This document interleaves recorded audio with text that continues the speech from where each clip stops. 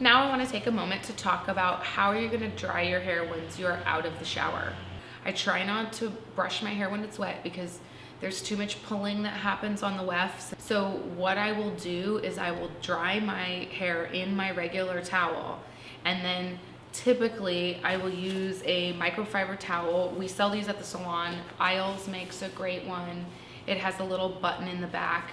So what I'll do is I'll put all my hair up in the microfiber towel, and I'll kind of put my hair to the side for now and just let my hair dry as much as I possibly can in that towel. So if you don't have that luxury to let your hair dry in the towel, say for 45 minutes to an hour, and you really need to get your hair dry, what you're gonna do is dry it as best as you can in the towel, then take it down and start drying your wefts first. So some things to do before you actually start blow drying your hair. Typically, I suggest having a detangling spray that you can spray in your hair before you brush your hair. Also using Royal Blowout to help heat style and dry your hair a little bit faster. Something else that I like to use, your choice. Orbe makes Super Shine.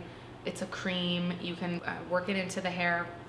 Also, Isles formula has an amazing serum that is weightless. It has silk to it. It's gonna help condition and smooth out the hair, reduce frizz, and have no oil to it. So if you're somebody who wants to go a little bit longer with your style, adding the serum versus an oil-based cream is gonna last a little bit longer for you.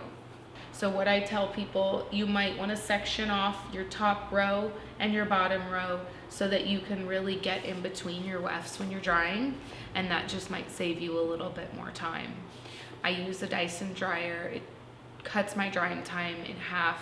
So for me, that is just a priority and something that I've chosen to invest in. You don't need a Dyson dryer, but they really do help once you have all that extra hair to dry.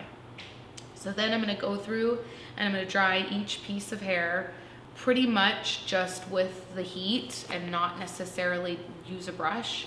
And then once the hair is almost completely dry, I will go back through and take smaller sections and roll out the bottom of the hair with the brush.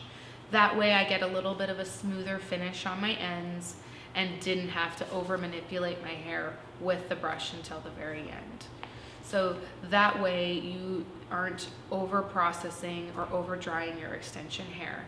That will ensure the longevity of your extension hair and also make sure that it stays healthy as long as you have it. I want to note too, if you don't have an opportunity to blow dry your hair and you want to air dry your hair completely, that is totally fine. Some of my clients will literally just wash and go. They might throw their hair up in a messy bun. I've done that in the past too if I'm running errands and I don't have time, and then try to let your hair down and dry the rest of the way. Then you can go back and style it later if your natural hair allows you to do that. My natural hair is really frizzy, so I almost always have to blow dry at the very least my natural hair, or I have a big problem on my hair.